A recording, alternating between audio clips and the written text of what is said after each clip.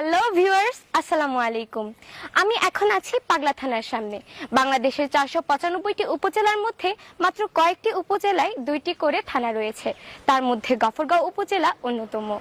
পাগলা গ্রামের পাগলা বাজারে পাগলা প্রশাসনিক থানাটি অবস্থিত।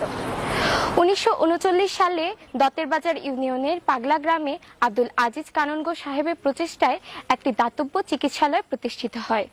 এই দাতব্য চিকিৎসালয়কে কেন্দ্র করে সেখানে একটি বাজার গড়ে ওঠে। এই বাজারকে এলাকাবাসী তখন ডাক্তারখানার বাজার ডাকত, যা বর্তমানে পাগলা বাজার। এই পাগলা বাজারেই পাগলা থানাটি অবস্থিত।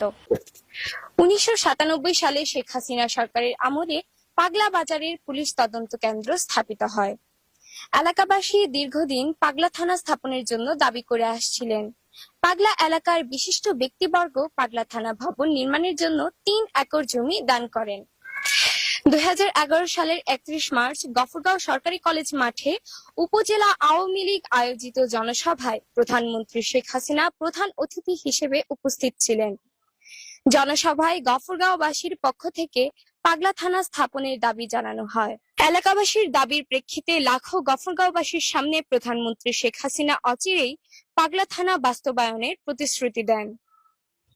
2012 সালের 2রা জানুয়ারি প্রধানমন্ত্রী শেখ হাসিনার সভাপতিত্বে অনুষ্ঠিত national committee on administrative reform বা নিকার সভায় স্বরাষ্ট্র মন্ত্রণালয়ের প্রস্তাবক্রমে পাগলা থানা স্থাপনের অনুমোদন দেওয়া হয়।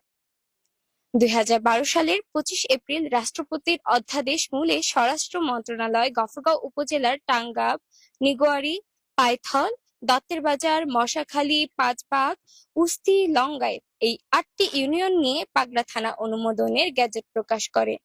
এরপর থেকে প্রায় 4 বছর ভাড়া বাড়িতে পাগলা থানা কার্যক্রম পরিচালিত হয়। 2016 সালের 2রা নভেম্বর তৎকালীন পুলিশের মহাপরিদর্শক আইজিপি জনাব শহীদুল হক ও মাননীয় জাতীয় সংসদ সদস্য জনাব ফাহমি গোলন্দাজ বাবেল পাগলা থানা ভবনটির উদ্বোধন করেন। এই পাগলা থানাটি স্থাপনার পর থেকে এই এলাকার আইন শৃঙ্খলা পরিস্থিতির অনেক উন্নতি হয়েছে। ভিডিওটি ভালো লাগলে শেয়ার করার অনুরোধ রইল। ধন্যবাদ।